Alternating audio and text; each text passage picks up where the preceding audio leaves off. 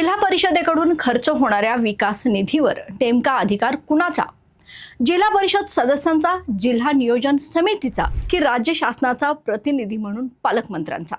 हा प्रश्न सध्या कोल्हापूरच्या राजकारणातील चर्चेचा केंद्रबिंदू ठरलाय. ग्रामीण भागातील शाळांची दुरुस्ती, नवीन वर्गखोल्यांचे बांधकाम, अंगणवाड्या, प्राथमिक आरोग्य उपकेंद्रे, अंतर्गत रस्ते, पाणी पुरवठा आणि इतर मूलभूत सुविधांसाठी जिल्हा नियोजन समितीच्या माध्यमातून मोठ्या प्रमाणावर निधी मंजूर केला जातोय.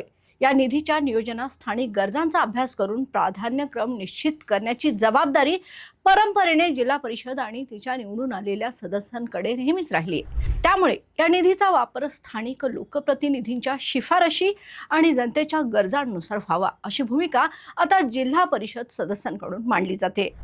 मात्र जिल्हा परिषद सदस्यांमध्ये अशी चर्चा आहे की या निधीच्या नियोजन प्रक्रियेत आमदार आणि पालकमंत्र्यांचा हस्तक्षेप वाढत असून त्यामुळे स्थानिक स्वराज्य संस्थांच्या अधिकारांवर मर्यादा येत आहेत.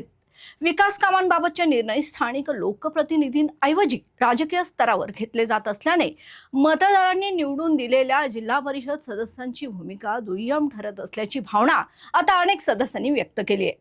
दुसरीकडे जिल्हा नियोजन समिती ही संपूर्ण जिल्ह्याच्या सर्वांगीण विकासासाठी स्थापन करण्यात आलेली वैधानिक यंत्रणा असून विविध विभागांमध्ये निधीचे संतुलित वाटप करणे आणि विकास कामांना प्राधान्य देणे ही तिची जबाबदारी असल्याने अंतिम नियोजन प्रक्रियेत शासन आणि जिल्हा नियोजन समितीची भूमिका ही तितकीच महत्त्वाची असल्याचे मत आता व्यक्त केलं जात आहे.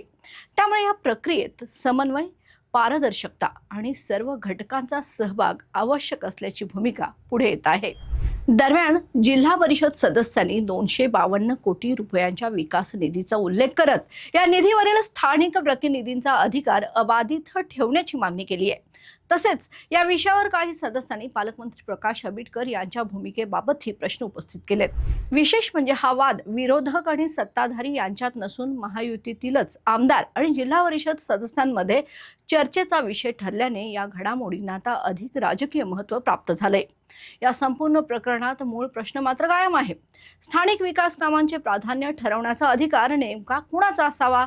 स्थानिक प्रश्नांची जाण असलेल्या जिल्हा परिषद सदस्यांचा की जिल्हास्तरीय नियोजन यंत्रणा आणि शासनाचा? विकासाचा निधी स्थानिक गरजानुसार खर्च होणार की त्याच्या नियोजनात इतर स्तरांवरील हस्तक्षेप वाढणार? या प्रश्नांची स्पष्ट उत्तरे मिळाल्याशिवाय हा वाद आता संपुष्टात येण्याची शक्यताच कमी आहे. एकूणच हा वाद केवळ 252 कोटी रुपयांच्या निधीपुरता मर्यादित नाहीये. हा स्थानिक स्वराज्य संस्थांची स्वायत्तता, अधिकारांचे विकेंद्रीकरण, लोकप्रतिनिधींची भूमिका आणि ग्रामीण विकासाच्या निर्णय प्रक्रियेतील अधिकार संतुलन यांच्याशी संबंधित महत्त्वाचा विषय आहे.